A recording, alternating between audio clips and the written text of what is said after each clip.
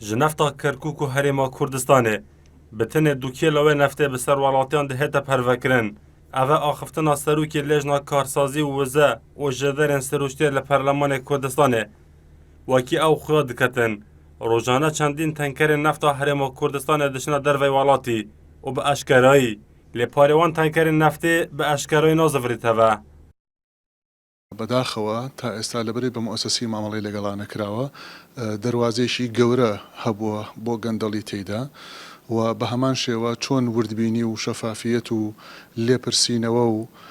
کۆنتڕۆڵکردنی بە هەدەرنەدانی ئەم سەرۆتە گشتیە لە هەرێمی کوردستانیش و لە کێڵگەنەوتەکانی کەرکووکیش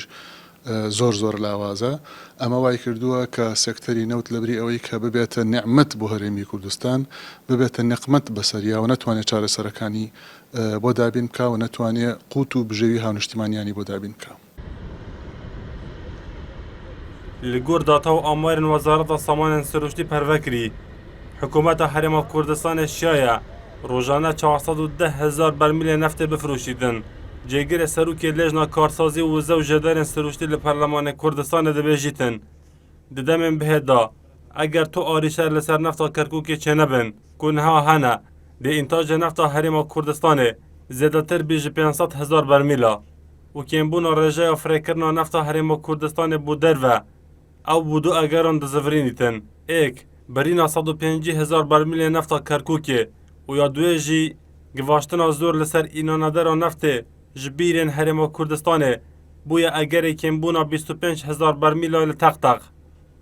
الهیوا چویی انتاج هرما کردستان هندک کم ببید بس پیشبینی تینه کرن اف انتاج هنه اگر هیچ کشه کادی بو هناردکرنا نفتا کرکی که روی نداد که نوکه امید بینی الویر هنه هندک کشین هی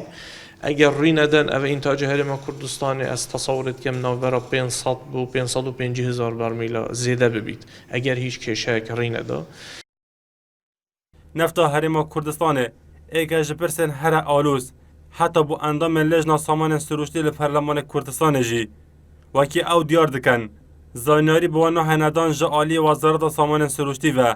اوجی بویا اگر آلوزیا پرسا دیار نبونا پاروی نفته که دهتا فروشتن ایاس عبدالله نارتی هولر